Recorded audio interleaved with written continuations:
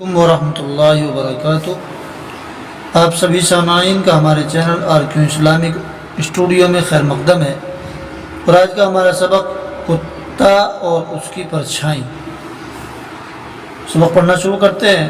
بسم اللہ الرحمن الرحیم۔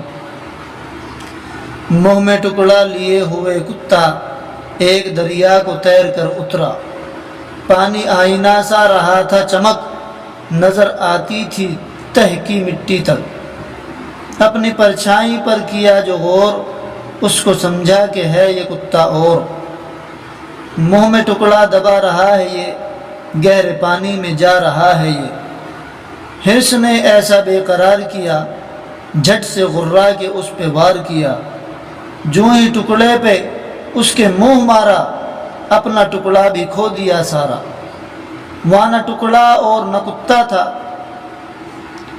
وہم تھا وہم کے سوا کیا تھا، یوں ہی جتنے ہیں لالچی نادان، کر کے لالچ اٹھاتے ہیں نقصان، باندھتے ہیں کہاں کہاں کے خیال، ہیں وہ کھو بیٹھتے گرا کا مال۔ یاد کریے ہجے اور معنی۔ غور اس کے معنی ہے توجہ، حرص اس کے معنی ہے لالچ، وہم کے معنی ہے گمان، نقصان کے معنی ہے گھاٹا۔ اگلا سبق پڑھتے ہیں۔ چغل خوری سخت عیب ہے، کبھی کبھی اس سے بڑا فتنہ فساد برپا ہو جاتا ہے، لوگوں کو ناحق تکلیف اور نقصان پہنچتا ہے۔ جب چغل خور کی کلائی کھل جاتی ہے تو اس کو بے حد ندامت اٹھانی پڑتی ہے۔ چغل خوری یہی نہیں ہے کہ ایک کی بات دوسرے سے جا لگا دی، بلکہ کسی شخص کا کوئی کام ہو جس کے ظاہر کرنے سے اس کے دل کو تکلیف پہنچے، اس کا ظاہر کرنا بھی چغل خوری ہے۔ ہاتھ آنکھ کے اشارے سے اور لکھنے سے بھی ہو سکتی ہے۔ چور کی چوری یا دغاباز کی دغابازی کا ظاہر کرنا چغل خوری میں داخل نہیں ہے۔ ایسی باتوں کا ظاہر کرنا بے شک روا ہے، کیونکہ ان کے چھپانے سے لوگوں کا نقصان ہوتا ہے۔ چغل خور کی بات پر کبھی یقین نہ لاؤ، اس کے کہنے سے کسی کی طرف بدگمان مت کرو، چغل خور سے ہمیشہ نفرت رکھو۔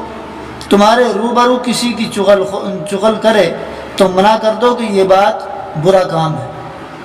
اگر تم جانتے ہو کہ فلاں شخص چغل خور ہے تو اس کا عیب اور لوگوں کے سامنے بیان نہ کرو، اگر تم بیان کرو گے تو اسی طرح تم بھی چغل خور بن جاؤ گے۔ چغلی ہے برا کام، بچو اس سے ہمیشہ، جو لوگ ہیں بے شرم انہی کا ہے یہ پیشہ، یہ لت ہے بری اس سے نہیں ہاتھ کچھ آتا، اکثر تو چغل خور ہے ذلت ہی اٹھاتا۔ اس کے معنی اور مطلب یاد کر لیتے ہیں۔ فتنہ فساد، فتنہ کے معنی جھگڑا اور فساد کے معنی بھی جھگڑا۔ ندامت کے معنی شرمندگی۔ روا اس کے معنی جائز ٹھیک۔ اگلا سبق پڑھتے ہیں۔ چھوٹی چیونٹی بڑی عاقلہ ہے، بہت دور بھی ہے، کہ فکر اپنی روزی کا تیرے تئیں ہے، اس دن میں پہنچی کہیں سے کہیں ہے، کبھی اپنے دھندے سے غافل نہیں ہے، ارے چھوٹی چیونٹی تجھے آفری ہے، نہیں کام سے شام تک تجھ کو فرصت، ذرا سی تو جاں اور اس پر یہ محنت، بہت جھیلتی ہے مشقت مصیبت، نہیں ہارتی پر کبھی اپنی ہمت، ارے چھوٹی چیونٹی تجھے آفری ہے،